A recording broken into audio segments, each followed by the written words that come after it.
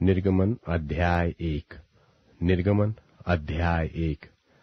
Israel के पुत्रों के नाम जो अपने अपने घराने को लेकर याकूब के साथ मिस्र देश में आए, ये है, अर्थात रूबेन, शिमोन, लेवी, यहूदा, इस्साकार, जुबलून, बिन्यामीन, दान, नप्ताली, गाद और आशेर। और यूसुफ तो मिस्र में पहले ही आ चुका था। याकूब के निज वंश में जो उत्पन्न हुए वे सब 70 प्राणी थे।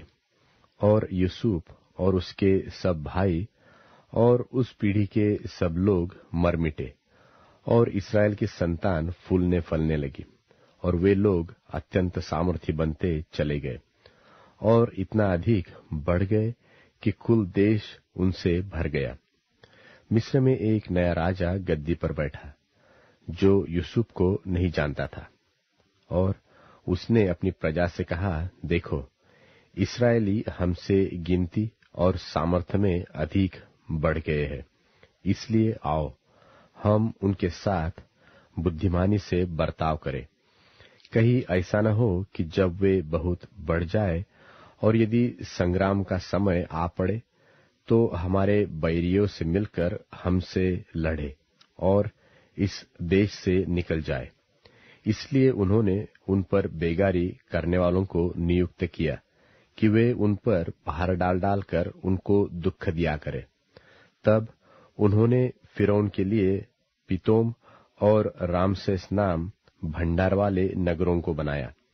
पर जो वे उनको दुख देते गए त्यों वे बढ़ते और फैलते चले गए। इसलिए वे इस्राएलियों से अत्यंत डर गए। तो भी मिस्रियों ने इस्राएलियों से कठोरता के साथ सेवकाई करवाई और उनके जीवन को गारे, ईंट और खेती के भांति भांति के काम की कठिन सेवा से दुखी कर डाला।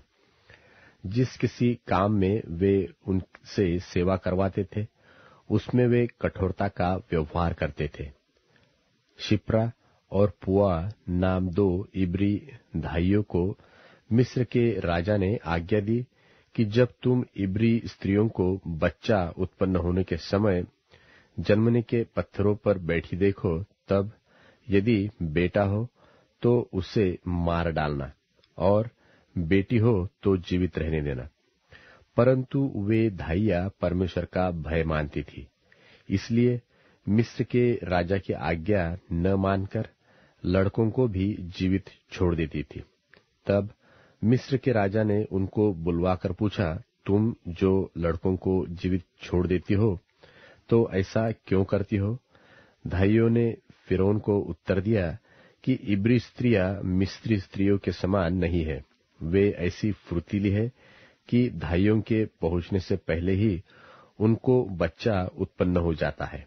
इसलिए परमेश्वर ने धाइयों के साथ भलाई की और वे लोग बढ़कर बहुत सामर्थी हो गए।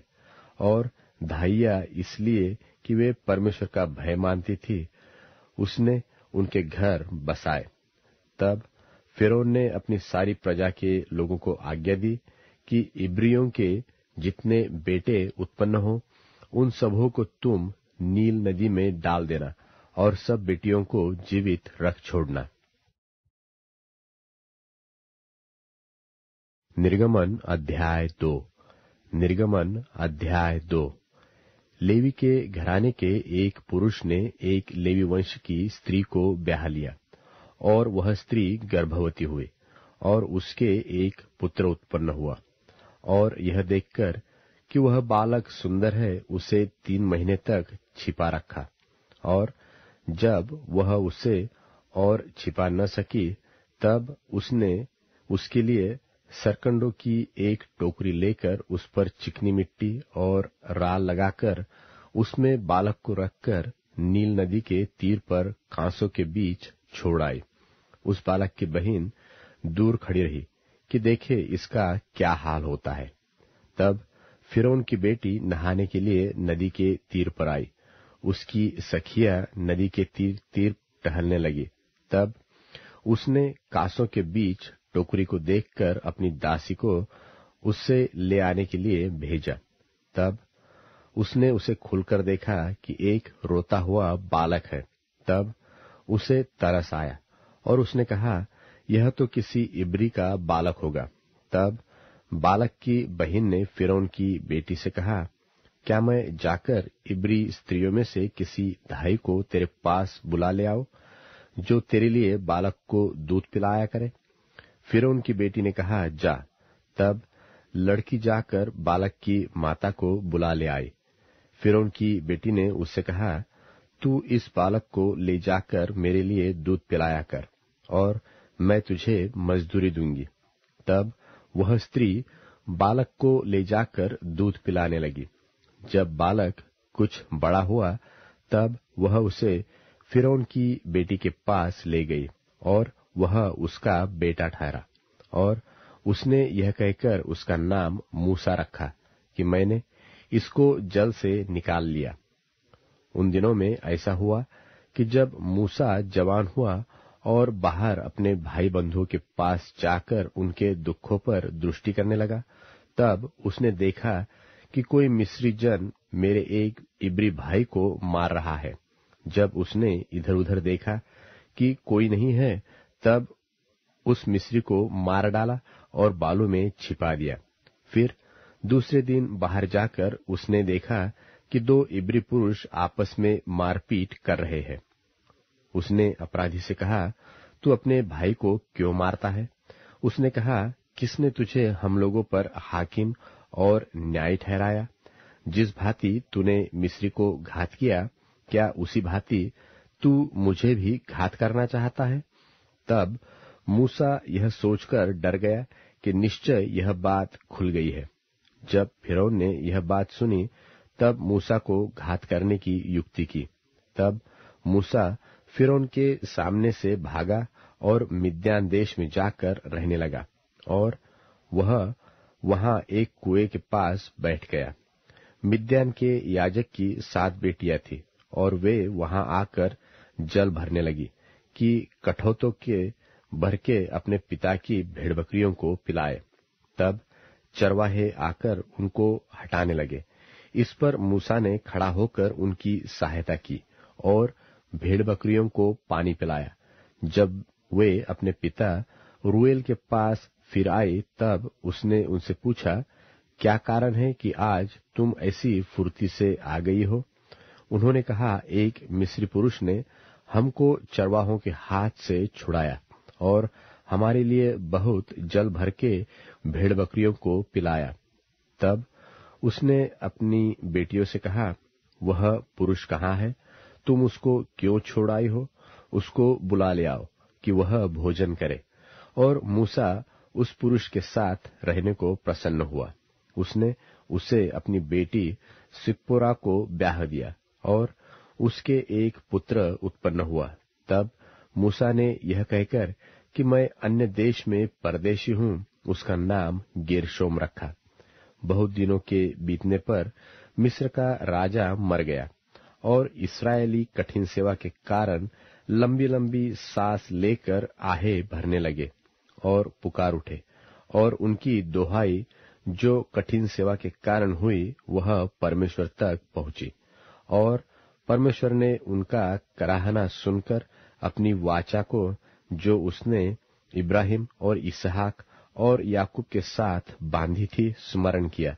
और परमेश्वर ने इस्राएलियों पर दृष्टि करके उन पर चित्त लगाया।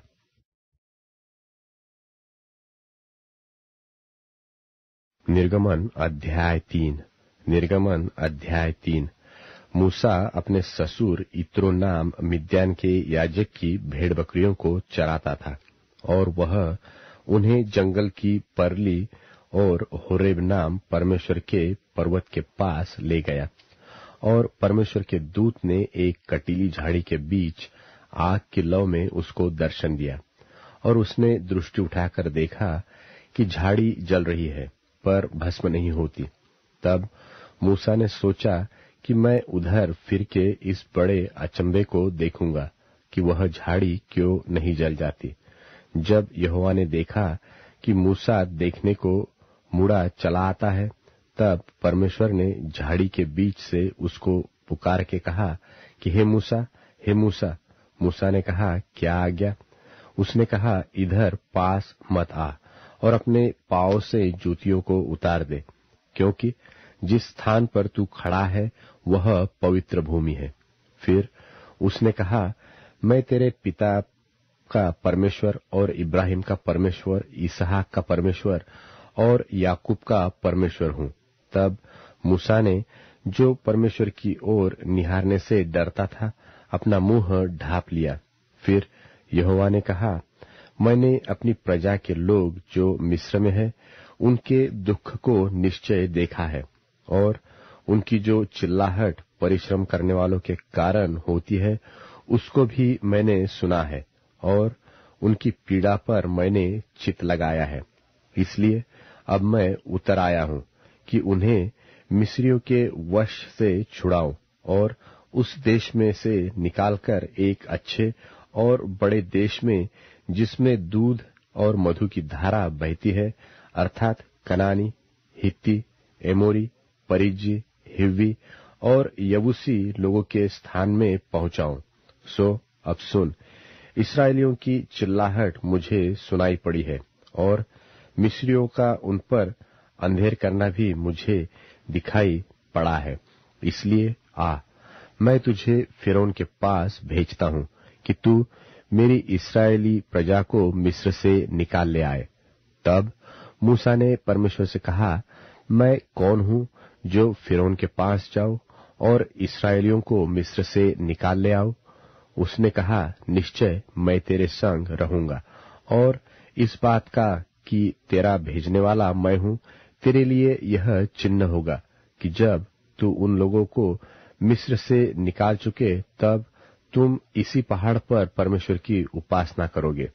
मूसा ने परमेश्वर से कहा, जब मैं इस्राएलियों के पास जाकर उनसे यह कहूं कि तुम्हारे पितरों के परमेश्वर ने मुझे तुम्हारे पास भेजा है, तब यदि वे मुझसे पूछे कि उसका क्या नाम है, तब मैं उनको क्या बताऊं?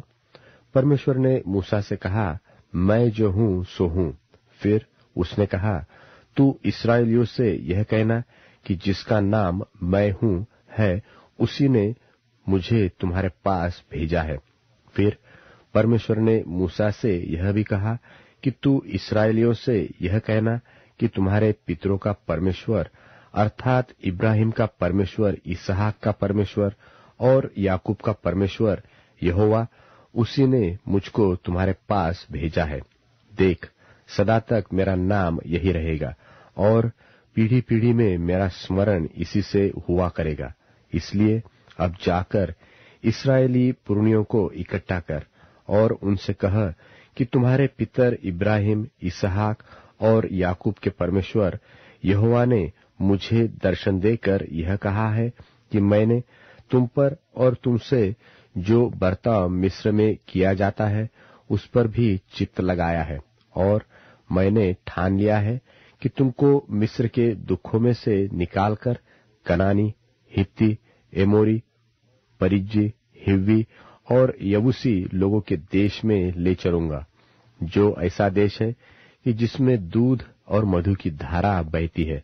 तब वे तेरी मानेंगे, और तू इस्राएली पुरनियों को संग लेकर मिस्र के राजा के पास जाकर उससे यो कहना कि इब्रियों के परमेश्वर यहोवा से हम लोगों की भेंट हुई है, इसलिए अब हमको 3 दिन के मार्ग पर जंगल में जाने दे कि अपने परमेश्वर यहोवा को बलिदान चढ़ाए। मैं जानता हूं कि मिस्र का राजा तुमको जाने न देगा, वरन बड़े बल से दबाए जाने पर भी जाने न देगा। इसलिए मैं हाथ बढ़ाकर उन सब आश्चर्य कर्मों से जो मिस्र के बीच करूंगा उस देश को मारूंगा, और उसके पश्चात वह तुमको जाने देगा। तब मैं मिस्रियों से अपनी इस प्रजा पर अनुग्रह करवाऊंगा, और जब तुम निकलोगे तब छूछे हाथ न निकलोगे, वरन तुम्हारी एक एक स्त्री अपनी अपनी पड़ोसिन और अपने अपने घर की पाहुनी से सोने चांदी के गहने और वस्त्र मांग लेंगी, और तुम उन्हें अपने बेटों और बेटियों को पहनाना। इस प्रकार तुम मिस्रियों को लूटेंगे।